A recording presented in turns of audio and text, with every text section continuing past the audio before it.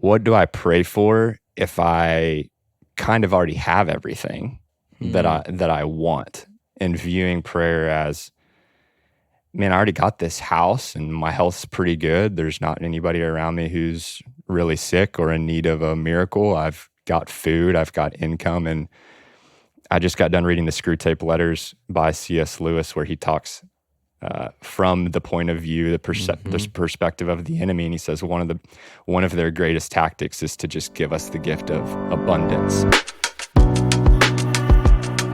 When you think about the profound influence of the Bible on the world, the way that it has shaped our culture, whether you're a follower of Christ or not, it's probably a good idea that you know at least what it says. It's going to be about us taking and reading the Bible. All right, welcome back to the Take and Read podcast. In the studio, the Take and Read studio, which is just my office, we have Parker Smith back with us. How you doing, buddy? I'm a little wet. A little wet, yeah. So right before we jumped into recording, this is actually our second take. This is the first time in Take and Read podcast history that I've done 2 takes on a show. But the first take was only maybe 20 seconds long.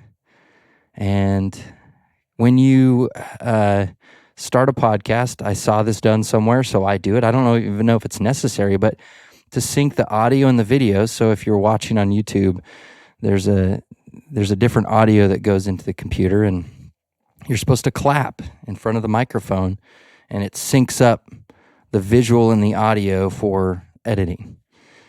But in the first take of this episode, I clapped and somehow knocked over my water glass onto you, your Bible, your lap, your seat.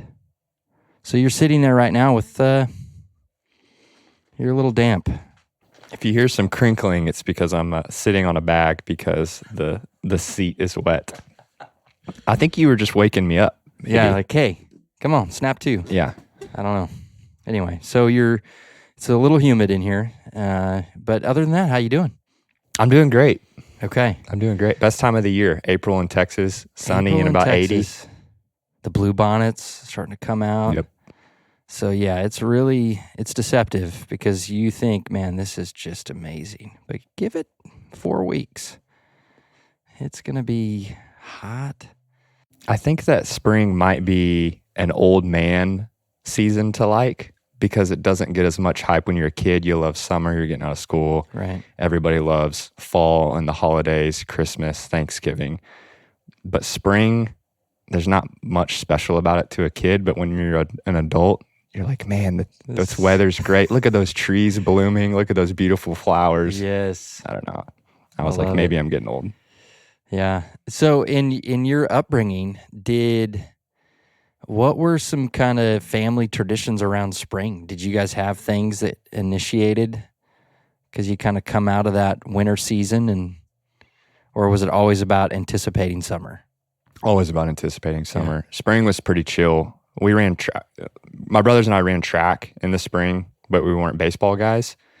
So everything's pretty much over after Christmas break, with football being over. So that's just when off season starts, when track workouts start, and you're kind of just cruising, looking forward to the summer. Yeah.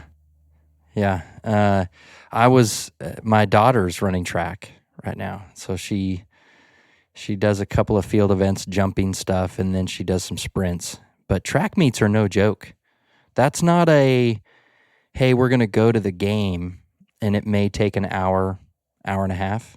Track meets are all day long. I mean, and you're out there in the sun, and there's a whole, you're in this with other families, like you're enduring this with other families. It's an interesting thing. Do you remember track being like that? Like these all day endeavors?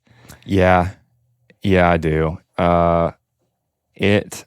There's nothing quite like the adrenaline rush of being on the track before the gun goes off. I will say, I haven't been there as a spectator like you have many times. It's a little bit different when you're in it.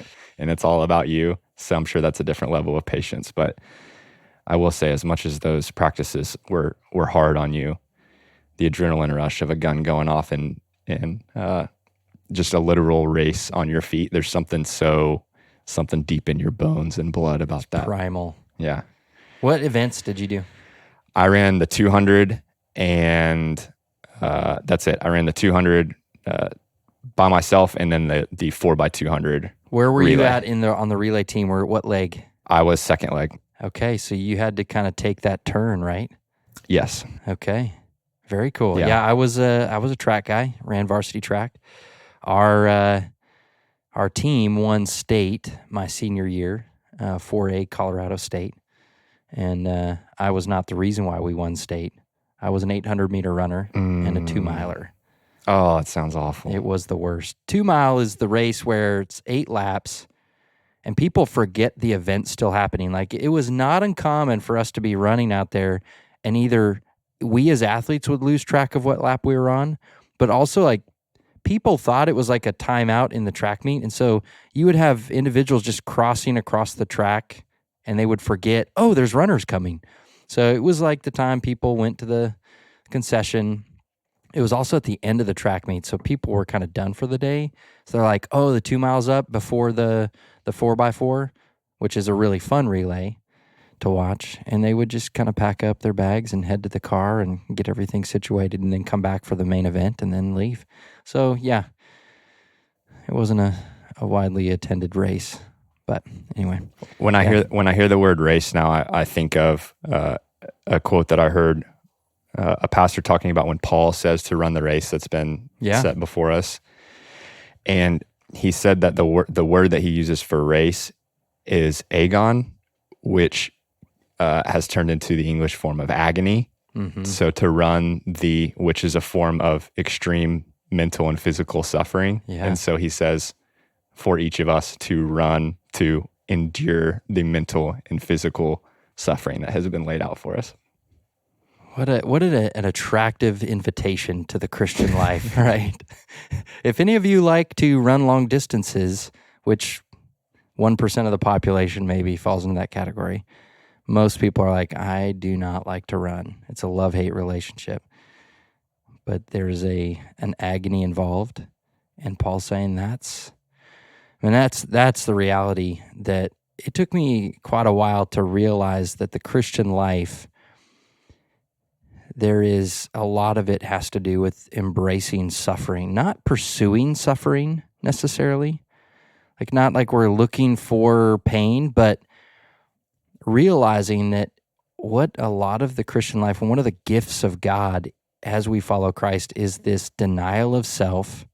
And so the flesh always wants its way, and when it doesn't get its way, it's not comfortable. It doesn't like it when it doesn't get. So when we kind of put whatever, fleshly appetites at bay, that's suffering.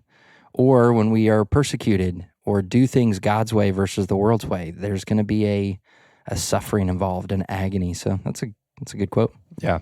That's a good call. So yeah, any updates? How's engagement? I feel like I'm in a strange dream at this point of engagement. We've been we had dated for 6 months, and the engagement will be over 5 months. And it just feels like a strange dream of having really deep, meaningful conversations, having emotional and spiritual intimacy, and then saying, all right, see ya at about 8:30. And then it's just weird. Yeah, you're building towards a life together, and you're in this weird season that as you continue to build that connection, so it's starting to feel awkward when that connection is paused. Yeah. So I think that's probably a good experience, and it just means that you're moving towards a more natural season of life, which will be your life together. That's pretty cool. Yeah.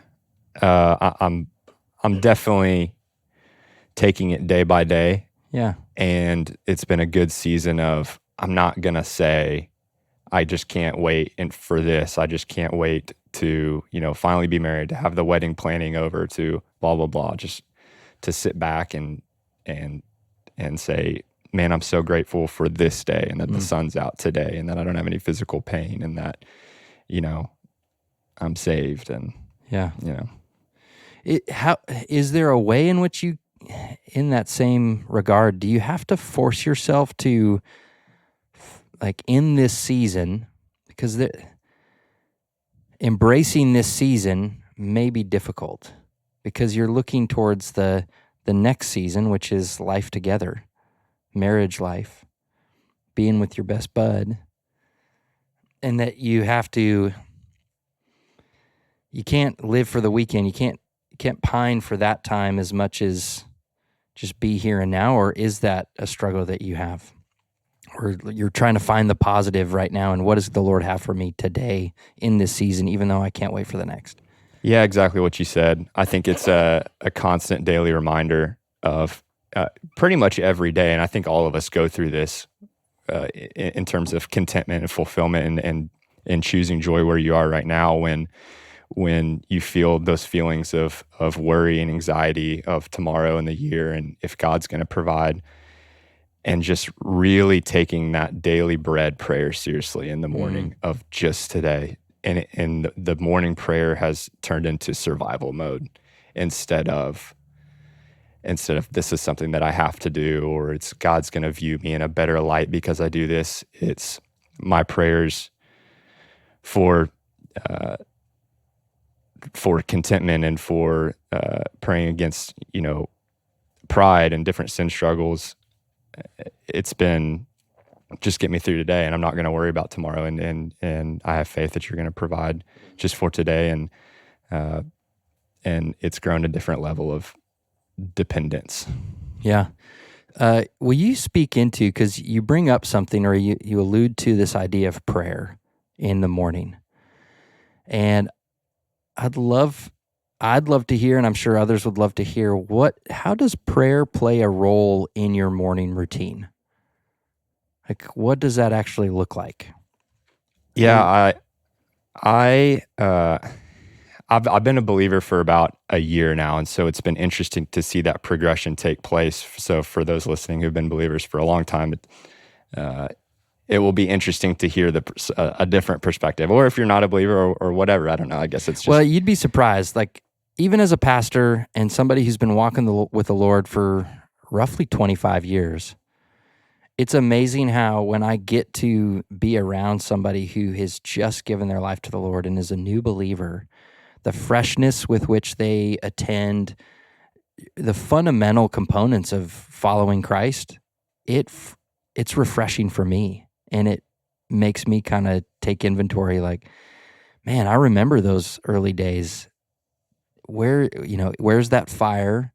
Have I lost sight of that discipline and the benefits? So, yeah, it's good for the veterans out there to hear what your routine is. Absolutely. Yeah,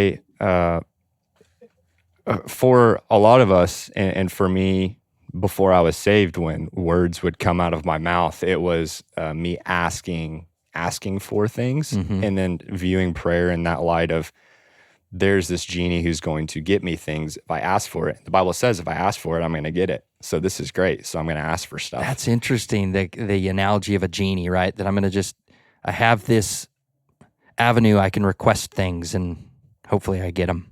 Yeah. And I was talking to a guy the other day who is going to church. He's not so sure about all of this yet, but he's definitely interested.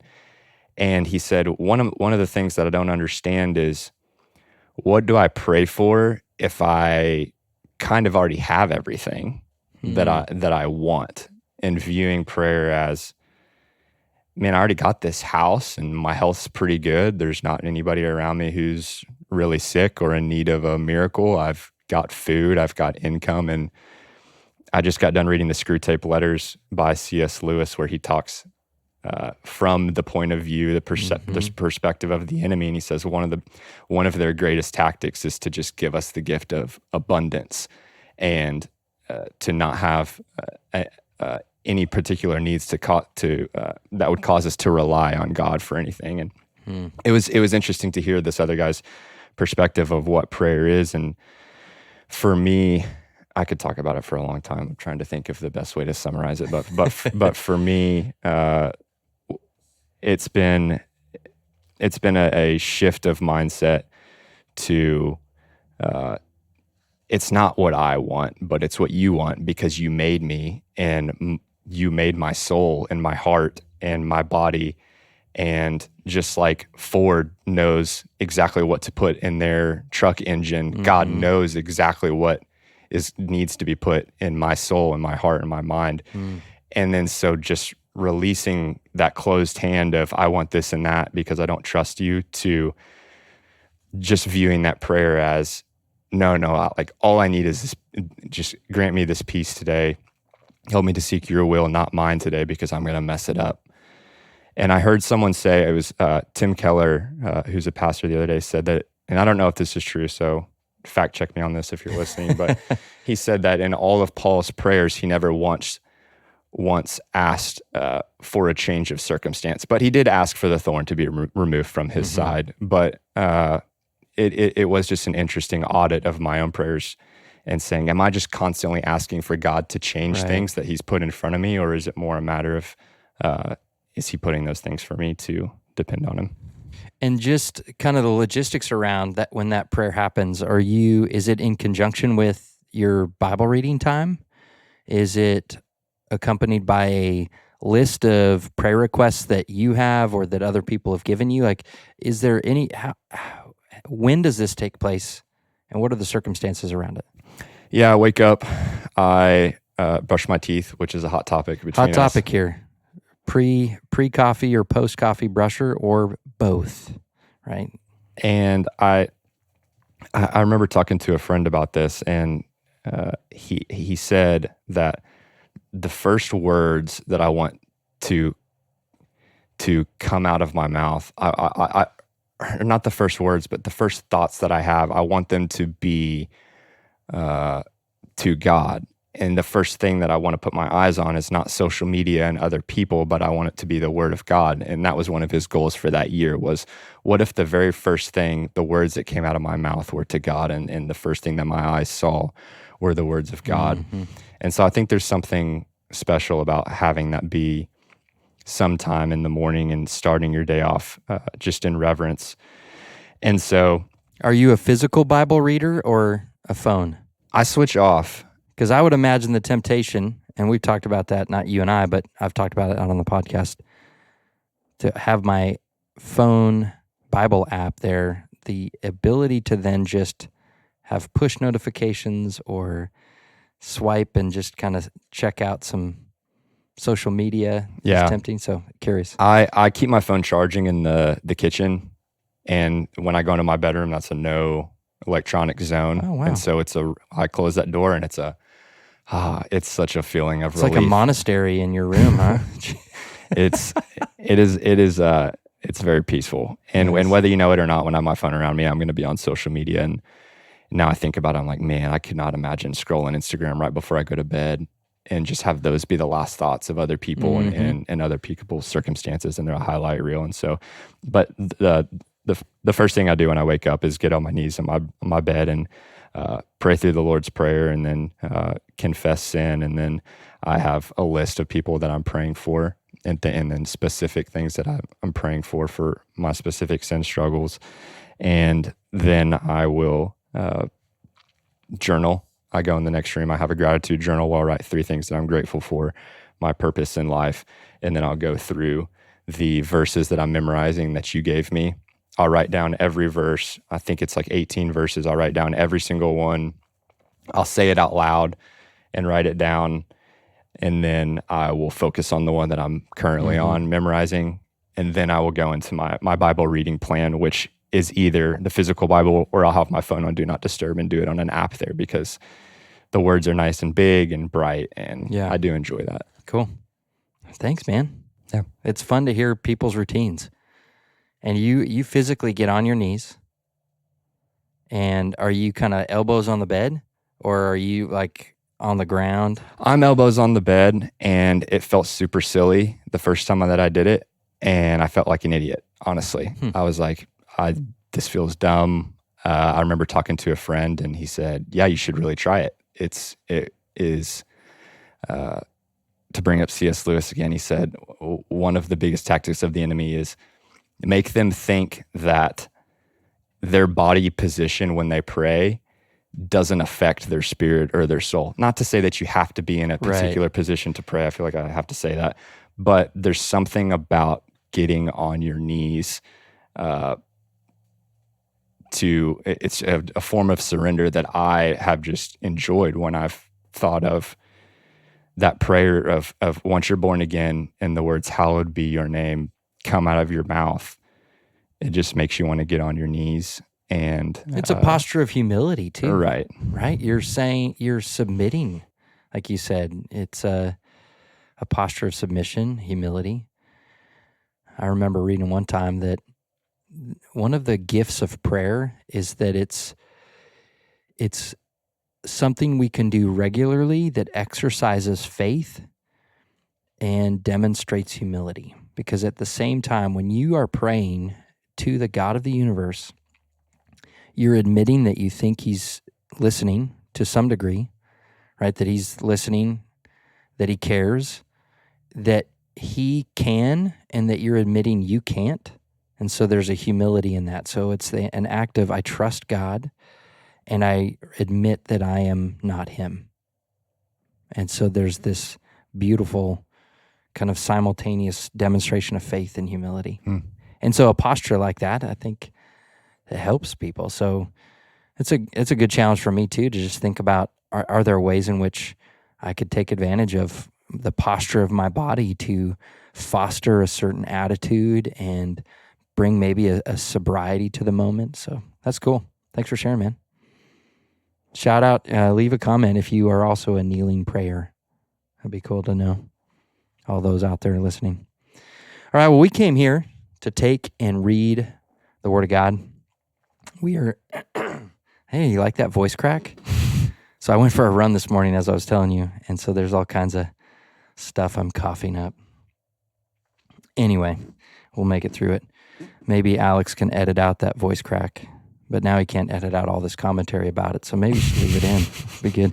Last episode I had LJ on, and you kind of you hear him talk, and you're like, man, is my voice really that, kind of high-pitched? Or because his is just so smooth. Good. Anyway, here we are. All righty, so we are in Mark chapter 5. Last episode, we looked at the first part of that chapter, and that's an episode where in the life and ministry of Jesus, he travels to a region, the Decapolis area, which was primarily Gentile. He encounters a man that is possessed by a legion of demons. Some interesting things to note about that is that this demon-possessed man, so being possessed by the demons, as soon as they see Jesus, there's a submission to him. They run, and it says they fall, like the man possessed by the demon falls at his feet, begins to beg for mercy. Jesus exorcises those demons, demonstrates authority. They go into a herd of pigs and run down a hill into the water and die. We don't know if the demons are destroyed or anything, but that's the scene that we're coming off of as we enter this next scene. And it's a pretty good chunk. So as we get into it, we'll just take our time reading through, but you'll see why we kind of have to read through the whole thing, because there's kind of an opening scene. There's this middle section where something else happens as they're on their way to the final scene, which connects to the first thing. So there's kind of 3 scenes that occur as we look at this. So we are in Mark chapter 5. We'll start in verse 21. We are reading out of the English Standard Version of the Bible. And so if you're following along, just know if you hear a different word, it may be because we're reading a different translation, but it's all good. All right, we jump in. And when Jesus had crossed again in the boat to the other side, a large A great crowd gathered about him, and he was beside the sea. Then came one of the rulers of the synagogue, Jairus by name, and seeing him, he fell at his feet and implored him earnestly, saying, "My little daughter is at the point of death. Come, lay your hands on her, so that she may be made well and live." And he went with him. And a great crowd followed him and thronged about him. And there was a woman who had a discharge of blood for 12 years, and who had suffered much under many physicians, and had spent all that she had, and was no better, but rather grew worse. She had heard the reports about Jesus, and came up behind him in the crowd and touched his garment. For she said, "If I touch even his garments, I will be made well." And immediately the flow of blood dried up, and she felt in her body that she was healed of her disease. And Jesus, perceiving in himself that power had gone out from him, immediately turned about in the crowd and said, "Who touched my garments?" And his disciples said to him, "You see the crowd pressing around you, and yet you say, 'Who touched me?'" And he looked around to see who had done it. But the woman, knowing what had happened to her, came in fear and trembling, and fell down before him, and told him the whole truth. And he said to her, "Daughter, your faith has made you well. Go in peace and be healed of your disease." Now, while he was still speaking, there came from the ruler's house some who said, "Your daughter is dead. Why trouble the teacher any further?" But overhearing what they said, Jesus said to the ruler of the synagogue, "Do not fear, only believe." And he allowed no one to follow him except Peter and James and John, the brother of James. They came to the house of the ruler of the synagogue, and Jesus saw a commotion, people weeping and wailing loudly. And when he had entered, he said to them, "Why are you making a commotion and weeping? The child is not dead, but sleeping." And they laughed at him. But he put them all outside, and took the child's father and mother and those who were with him, and went in where the child was. Taking her by the hand, he said to her, "Talitha cumi," which means, "Little girl, I say to you, arise." And immediately the girl got up and began walking, for she was 12 years of age. And they were immediately overcome with amazement. And he strictly charged them that no one should know this, and told them to give her something to eat. Well, there you have it. There's a lot there. So when we first jump into a text like this, we want to make sure we understand what it says. And so part of that is just understanding the context. So we know, okay, he's gotten back into the boat. He's crossed back to the other side, and now he's back in a Jewish territory after leaving kind of a primarily Gentile area. We see that he interacts with this ruler of a synagogue, so that would be a Jewish ruler, so a leader within the Jewish society. And this Jewish ruler makes a request. His daughter's ill, and he believes that Jesus can heal her. She's at the point of death, he says. Come lay your hands on her so that she may be made well and live. So this idea that this is potentially a last resort for this dad. Maybe we don't know the extent of his faith. We know that there's a component of his faith that is challenged in verse 36, where Jesus says, "Do not fear, only believe," because people have reported now that she's actually passed away. But so you've got this context where he's back in this area. There's a crowd yet again. He's got his disciples with him, and so he agrees to go with the guy. And then you've got this interesting scene where, as he's on his way to Jairus' daughter, wherever she is, there's this kind of crowd incident, and a woman who has been bleeding for 12 years also finds in him her last resort, which is interesting. Any thoughts? Yeah.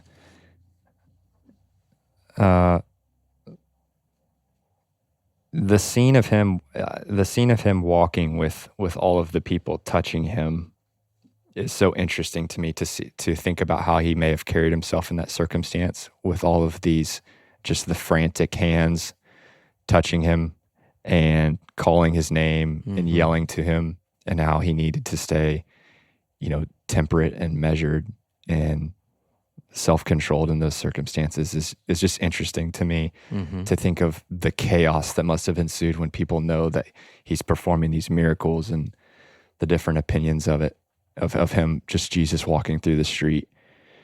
And then we have the woman come while he's walking on his way to the little girl's house. We have people touching him, but then we have a woman who touches his garment in a different way. There's Right. something different about the way that she approached him. Mm-hmm. Yeah, there's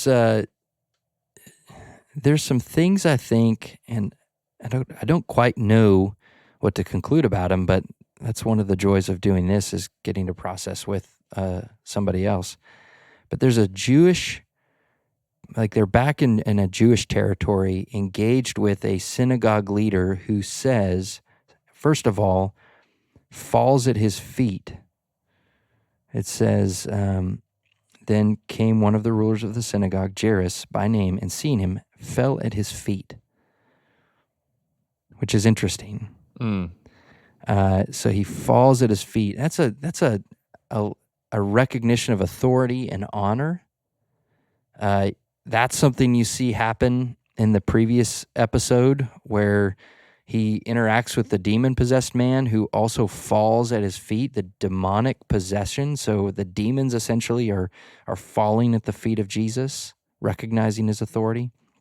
And so now you have a Jewish synagogue ruler falling at his feet. And his request is, my little daughter's at the point of death, come and lay your hands on her. So touch her. Right? Heal her is the implication there, but by way of touch.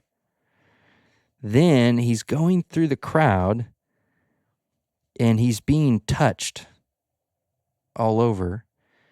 And when we get into Levitical law, there's a lot of ways that somebody becomes unclean. And very specifically, a woman with a discharge of blood was unclean, and anyone who touched her, even if your clothes touched her, you were made unclean. And there was all kinds of rituals and ceremonies one had to do in order to become clean, and after that. And so it's fascinating that that whole incident happens. His garment's touched by her. Then he goes into, and she gets healed. So rather than him getting unclean, she becomes cleaned, which is very interesting, because you think about all of the Jewish rituals around cleanliness that were given by God. But you went through these things because you're unclean, and so the process by which you become clean and acceptable in society again was pretty involved. And that there were laws against even touching one's garment, because even that level of exposure to the uncleanliness would cause you to be unclean. But here, instead of becoming unclean, Jesus causes cleanliness. So what's transmitted is not uncleanness, but cleanliness, which is fascinating. So it's a reversal of the fallen nature of the world. And so do you think that is also symbolic for what Jesus did for man, in the idea that we will be cleansed of our sin if we believe, and then physically that actually happened in terms of her disease in a literal sense? I think there is a component of that's why this passage is potentially significant for us. And I think we'll find, as we continue to wrestle with what's here and what it means, that significance, I'm guessing, will become even more clear. So I think, let's hang on to that and see if something else develops around that, because she then. So there's a parallel between her 12 years, this woman's discharge of blood for 12 years, as it says in verse 25, and the fact that the little girl was 12 years of age in verse 42. That the expectation was that Jesus was going to lay his hands on the little girl to heal her. And he would have been, by all standards, Levitical standards, he would have been unclean because that woman had touched his garment. But he wasn't unclean. She became clean. She was healed of her disease. He sends her and blesses her and says, "Peace, go about your way." And then the idea of touching a dead body would also make one clean or unclean. So you didn't touch dead bodies in the Jewish context this way. If you did, you went through a process of cleansing. And so the presumption is that this little girl's dead. She's contaminated, right? In both instances, there's this sense in which the fallen world in which we live and the fallen nature of man has contaminated us. But notice what Jesus does is he deals with the contamination and purifies it, makes it so there's no contamination anymore. He addresses this woman and her discharge of blood. And then he goes into this daughter who is presumed to be dead and says she's not dead, she's alive, takes her by the hand, and she's healed. So he touches her. He does another thing that would have been Levitically unclean according to the law. And yet he doesn't become contaminated or unclean. She becomes purified and alive and well. So there's some, and I think understanding the Jewish context, like we're always wrestling with, okay, if we understand what's said here, okay, so we see the scene, and then we wrestle with what does this mean? Specifically, what does it mean in that moment? So you've got the people that are present, observing and walking with Jesus in all of this. So you've got the cast of characters, Jesus and his disciples. You've got a crowd, which is largely Jewish. You've got the synagogue ruler and that whole, I don't know if it's his family, but at least him. And you've got family friends of this ruler that are standing by and have observed that by the time they get there, the daughter's dead and believe that to be true. And then Jesus healing in these two instances the way that he does by way of physical touch, which would defy the kind of parameters of that community. Yeah. Some interesting things. How do you think that lands maybe with the disciples, but then also with the crowd and then also with Jairus? Like you've got these three people observing these two events. Because we know that prior to this, the disciples are still wrestling with who, like we know Jesus, we follow him, but there are times in which they're still like, who is this guy? Because on the sea, not too long before this, he calms the storm just by verbally telling the wind and the water to stop, and it's still. And they walk away from that moment going, who is this that even the waves and the wind obey him? Who's this guy? Yeah. Then he comes upon this in this Gentile region, this guy completely possessed by a legion of like thousands of demons. And the demon's first action is falling at his feet. Then they go back over to the other side of the sea. First thing that happens, get out, great crowd gathered about him, and this Jewish ruler falls at his feet. What do you think the disciples at the process in this like, okay, something gives. What's happening? Okay. There's something building in their understanding. Yeah, they're constantly confused, aren't they? They always have this this posture of, I don't know what's going on, and I don't even understand half the parables that he says, but they speak with their actions of, I'm whatever it is, I'm dropping everything Yeah. to follow him, Yeah. and I'll follow you anywhere.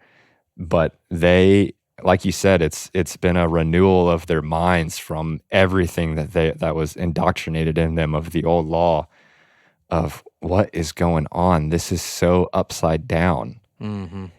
But he's performing these miracles, and he's saying these things, but they're so contrary to our belief. And so you have this, Jairus comes up and just falls at his feet, and you always hear the feet of Jesus, laid at the feet of Jesus, the feet of Jesus. And that was the first thing that I thought of when it said it fell at his feet. It's this idea of, you're not handing it, you're not at eye level with Jesus, looking him in the eye, and I don't know. Does that make sense? You're submitting. It gives the connotation that you are lower, and you're placing something at his feet, at his lowest portion, and that is enough too. Yeah, absolutely. There's kind of the way we were talking about, even your posture of prayer, right? There's a submission, a posture of humility before him that's demonstrated here. The episode before this, it's the winds and the waves submit to him. Next, the legion, the thousands of demons, first response is submission to him, a recognition of who he is and his authority. Here is a Jewish ruler submitting. Yeah. What do you make of some of these kind of Jewish faux pas?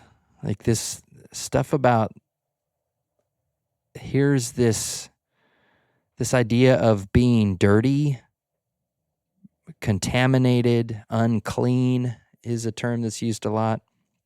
And some of the things that are kind of under the surface in the context of these two instances of healing, this idea of Jesus potentially being made unclean by the woman's actions, but she so is convinced that her last resort is him. And I don't know if she felt like she's going to risk it, because her actions could cause him to be this rabbi, this teacher. We don't know if she knows who he is. She's convinced, if I touch even his garments, I will be made well. So she's convinced that even that level of exposure, whoever he is, that will make me better. That's the level of faith that she has. And that's what he identifies. He says, your faith has made you well. Your absolute wholehearted belief in my ability to make you well just by even touching my garment, that's healed you. That confidence in me and what I can do. Yeah, there was a big issue of People magazine with Jesus' face on it that I saw recently, and the title was, Who Do You Say I Am? And you see all of these different people here who are coming in contact with him, who are saying his name, but that's the question, and that faith is based on who you think that he is and what he's capable of, and that seems to be the difference in the woman who believed that just a touch to him would make her well. It's interesting too that in verse 33, but the woman, knowing what had happened to her, came in fear and trembling and fell down before him and told him the whole truth. So she acts out of faith first, then comes the fear. Like, maybe I crossed a line. But she was healed. Like, she felt the healing occur in her body before he's like, hey, who did that? But now she's healed, and she's like, I know what I did. So out of fear, she goes and just totally confesses, here's what I did. So there's faith, and then there's this fear. and reverence. Then notice with what he tells Jairus in verse 36. But overhearing what they said, because they're saying, oh, your daughter's dead, why even bother the teacher anymore? What's the point? Jesus says, do not fear, only believe, which it's the same Greek word there, pistis, for faith and belief. So he's saying, do not fear, but have faith. And the woman has faith, and then it leads. So there's this interesting flow of the request for help. He agrees to go help. Then there's a woman who just believes so much so and just doesn't ask for help, just acts out of faith, which leads to fear. Then Jairus hears that his daughter's dead, and Jesus says, don't fear, have faith. And so then actions happen, and Jesus initiates this healing of her by touching her. You know what else is interesting in that is that it's not just Jesus walking and then she becomes healed and then Jesus just keeps walking. There's something distinct about him stopping and wanting to know who it was, and then feeling that power. What does it say? He said he felt power go out from him. He felt the power go out from him. Yeah. So there's this personal connection too of him wanting to know who it was, and then almost auditing her heart, and he looked around to see who had done it, and so now he's looking around and he wants to now figure out who touched me and why, and maybe almost like that. I wonder if there was he knew somebody had exercised great faith for that to have happened. Because it makes it seem like he didn't initiate the healing of her. Yeah, exactly. Right? That he's just going about his business and his garments touch, but there's such a demonstration of faith by a human in him that she's healed, and he's like, not like he's looking around like, who did this? Like, how dare you? But almost like I want to find who has that faith. Yeah. Who's got that? Who has the faith that just like power went out from me? So yeah, we don't know what his mood was about that, but that's pretty interesting. And it, for me, causes all kinds of questions. Wait a minute. Like, you exercise that kind of faith and just believe. And we're told that faith as small as a mustard seed can move mountains. So this idea of just completely being convinced. Now, it doesn't mean that if I sit here and go, I believe that when I walk out these doors, there will be a Ferrari in that parking lot. I don't know that that's what it is. Which is a big movement right now, is the manifestation movement, and how you can manifest anything that you want. Yeah. Positive power of positive thinking. Right. And yeah, that, delight yourself in the Lord and he will give you the desires of your heart. When you think about desire is seated in the heart. So if you delight yourself, like delight is in the heart. So if you delight yourself in the Lord and he becomes your delight, then you'll get what you desire, which is the Lord. A lot of people misread that scripture to go, oh, that must mean if I just worship God, he'll give me what I really want. Well, no, what that passage is saying is if he is what you really want, that's the beauty of the gospel, is that you get him. Anyway, we're on a side tangent here. Yeah. All righty, so we wrestled with what this says and what it means, the implications for this immediate group, the disciples, for Jairus, and for the crowd, for the woman, for the daughter. If you had to summarize maybe kind of a theme here for all that are present, what does this mean to them? You said it's got to flip their world upside down. There's got to be a way in which everything they thought about the world, everything they thought about what's normal is now being challenged. And they now have to start to see things through the lens of this Jesus guy and who he is and what he's capable of. That he's the one that can take contaminated, unclean people and causes them to be clean, and he doesn't become contaminated. He's got that kind of power. That he doesn't get dirty. People get clean when they touch him or interact with him.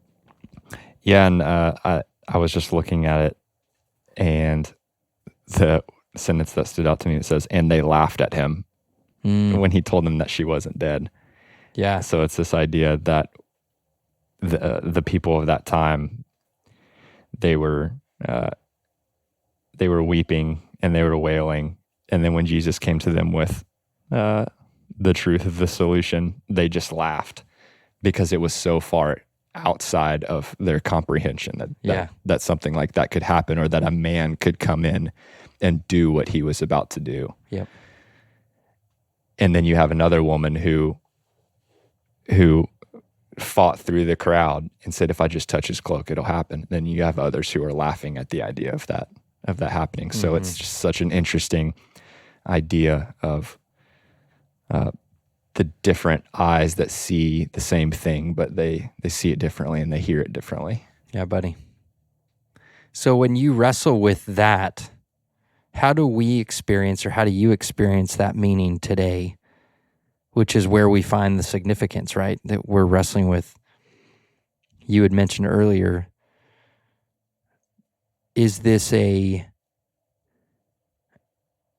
a reference to the truth that this is what Jesus does for us? He comes in and deals with our uncleanness, our contaminated hearts, our contaminated desires, our contaminated thoughts, all the kind of the filth that runs through and courses through our veins.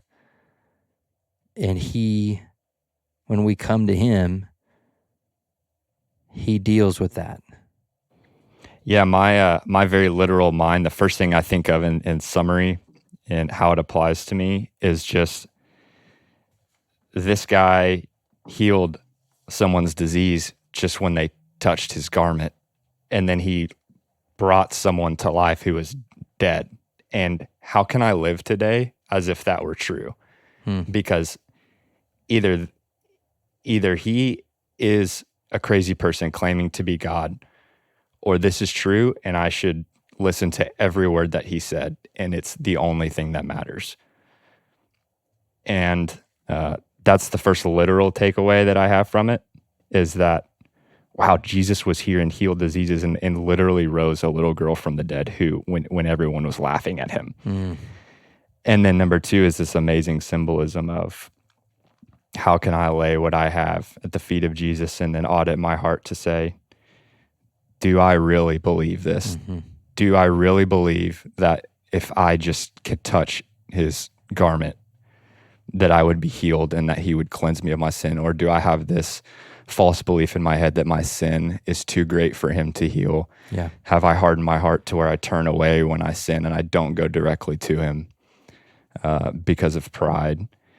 And how can I just be like the woman and fall down and tell him the whole truth? Yeah. Yeah, that's a good word. I think too, the moments in which he recognizes faith over fear, or faith over unbelief, right? The laughing of the crowd, the people that are gathered, they're like, what? No, you're misjudging this whole thing. And he's like, am I? And then he goes in and just rocks the house, right? Every one of us on a daily basis has circumstances or experiences that we either get to completely believe what Jesus has said and who he is and what he's capable of in our life today, as much as he was there, or we don't. We either believe it or we don't. And every day we get to demonstrate that, whether it's a physical illness in your life or my life or maybe a loved one, and the way that we trust the Lord in the midst of that. And it may not even be trusting the Lord for physical healing. It may be trusting the Lord that maybe that he's in the season, that he's aware, and that he is sovereign over it, and maybe the illness is leading us somewhere. Because in both of these cases, if the illness had not been present, the faith wouldn't have been demonstrated. But the illness was an opportunity for faith in Christ to take place and for him to show up. Right? If this woman hadn't had a discharge of blood for 12 years and all these physicians hadn't failed her, we wouldn't have had this incident happen. But that was the case, and there was this moment where those circumstances allowed her to reach out and cry out because she had tried everything else. It wasn't wasted. No, it was absolutely worth it.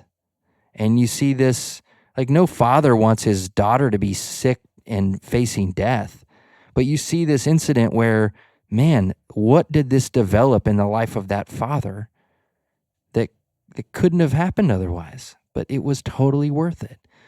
So do we believe that there is a God who is capable, even in horrific circumstances, to show up, and that it may be, not in spite of, but specifically through those circumstances, that he wants to develop and bring us to a point of belief and not fear?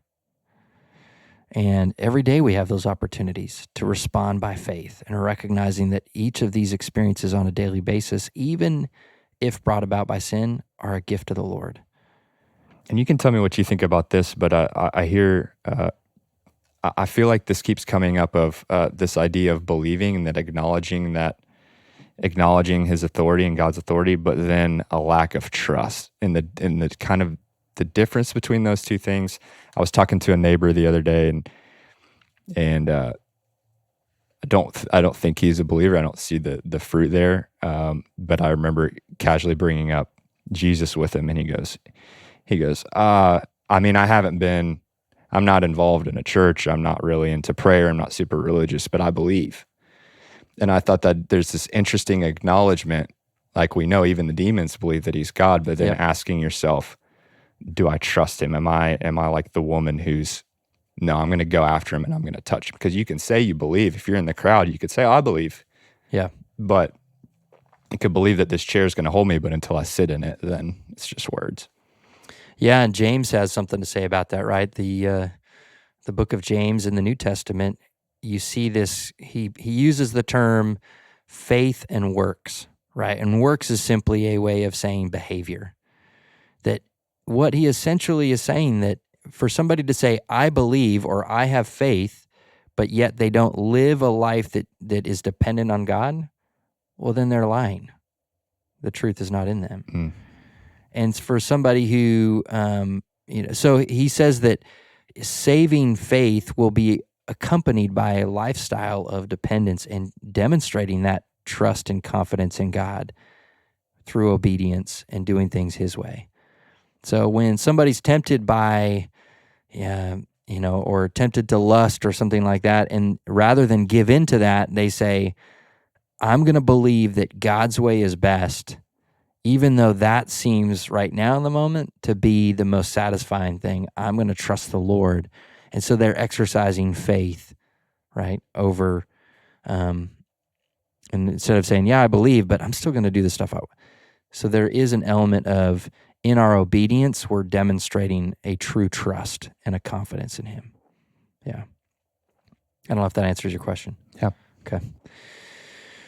Well, man, some powerful stuff today. This is a lot of text, a lot of reading, but some really good conversation. And there's probably so much that we just haven't unearthed here. And so my encouragement, if you are listening to this podcast or watching, hang out in this text a little more. And if there's stuff that you see or stuff that you're wrestling with, leave a comment. If you're watching on YouTube or Spotify, and just, leave comments. I would love to see something happen within this podcast that as people engage with it, they begin a dialogue with each other through comments and stuff like that, where they're engaging with each other over the scripture. So if there's stuff that you're wrestling with here and you see, and you're like, man, what about that? What about this? Leave it in the comments. Like us, subscribe, share, tell others. We just want more people to know what we're doing here, because I want more people taking and reading the Bible. Absolutely. If you have a thought or a question that has kind of come up and you have something for Parker or myself, you can email me at takeandreadpodcast@gmail.com. And I love to get emails and working to respond to all the ones that I get. So I'm telling you, if you haven't heard a response, I'm working on it. I'm getting to it. Parker's got a really cool hat on. I've got a really cool hat. So we're repping each other today. He's got a Take and Read podcast hat. That's the black on black version, which will be up soon. It's not released yet?